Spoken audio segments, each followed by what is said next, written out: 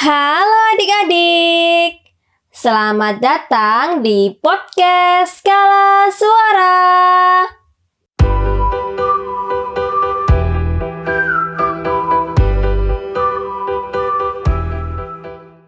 Adik-adik, sudah lama ya tidak bertemu dengan cerpen yang dibacakan oleh kakak.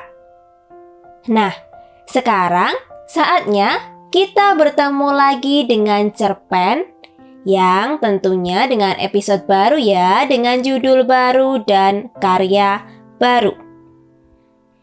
Apa ya cerpen yang akan kakak bacakan hari ini? Sebelumnya adik-adik masih ingat kan apa yang akan kamu peroleh dari cerpen ini? Ya, kamu harus menemukan amanat atau pesan yang terdapat dalam cerpen yang akan kakak bacakan. Oke, sudah siap mendengarkan? Mari kita mulai cerpen hari ini dan dengarkan baik-baik, perhatikan baik-baik dan temukan amanat yang terdapat dalam cerpen berikut. Cerpen ini berjudul Tulisan Andi. Andi, ayo mandi. Tadi kan janji jam 7 mau mandi. Sebentar lagi deh Bu. Andi masih serius nih. 15 menit lagi, oke?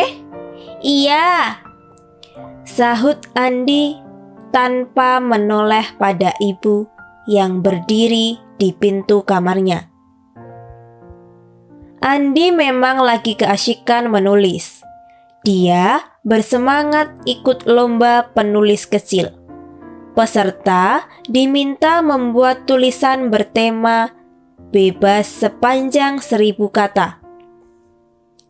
Yang membuat Andi lebih bersemangat lagi karena ibunya adalah penulis novel Islami terkenal.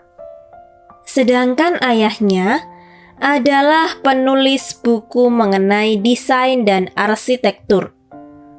Buku ayah dan ibunya sangat laris dan banyak disukai.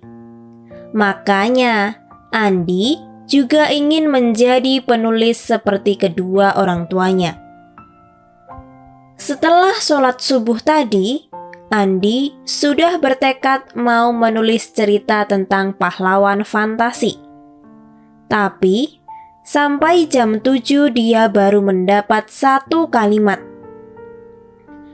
Super Robo adalah pahlawan yang rendah hati dan mau menolong siapa saja. Sampai situ saja, ia tidak bisa melanjutkan lagi. Setengah jam kemudian, ibu memanggilnya lagi untuk mandi. Dengan berat hati, Andi pun turun dari kamarnya di lantai 2. Ia mandi sebentar, lalu mau kembali lagi ke atas. Makan dulu, masa dari subuh menulis melulu? Santai saja nak, biarkan ide mengalir. Tidak perlu dipaksakan. Iya Bu. Setelah makan, Andi langsung kembali ke kamar. Jam 10 pagi, ibu memanggil. Tolong ibu sebentar ya nak. Andi sibuk Bu. Takut idenya hilang. Jam 11:30, ayah memanggil. Andi, sebentar lagi azan sholat zuhur. Katanya mau sholat berjamaah di masjid. Selagi hari Minggu kan? Kapan-kapan saja ya Yah.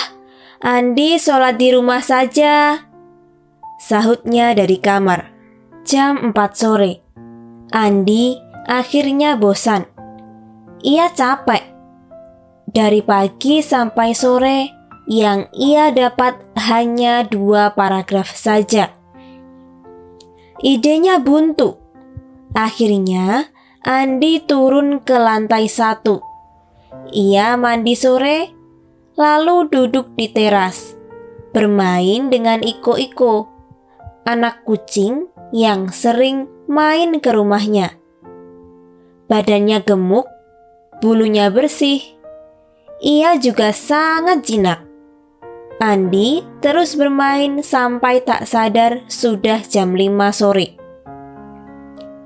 Andi pun menghampiri ayah yang sedang menyiapkan pakaian untuk sholat di masjid. Andi pun segera bersiap-siap. "Andi ikut sholat di masjid ya, Ayah?" "Alhamdulillah," sahut ayahnya senang. Sepulang dari masjid, mereka pun makan malam bersama. Pepes ikan pindang dan sayur asam buatan ibu memang enak sekali. Selesai makan, Andi pun membantu ibunya mencuci piring di dapur. "Wah, wajahnya sudah ceria lagi nih. Tulisannya sudah selesai ya?" "Belum, Bu. Ide Andi buntu. Jadi Andi mau cari ide lain saja." "Sip, bagus begitu. Ide bisa datang dari mana saja. Ada banyak hal di lingkungan sekitar kita yang bisa jadi bahan tulisan.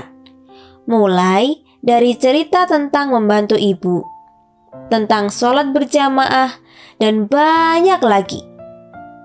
Yang penting, jangan sampai terlalu asyik menulis hingga lupa sama sekitarnya. Sebelum menulis, juga kita harus berdoa dulu agar hati lebih mantap dan mendapat ridho Allah Subhanahu wa Ta'ala.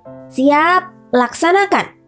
Habis ini, Andi mau lanjut menulis lagi deh, Bu. Kayaknya Andi ingin membuat cerita tentang Iko-Iko deh. Sip lah. Terima kasih ya sudah bantuin Ibu. Sama-sama, Bu. Nah, dari cerita pendek mengenai tulisan Andi tadi, apa yang kamu dapatkan?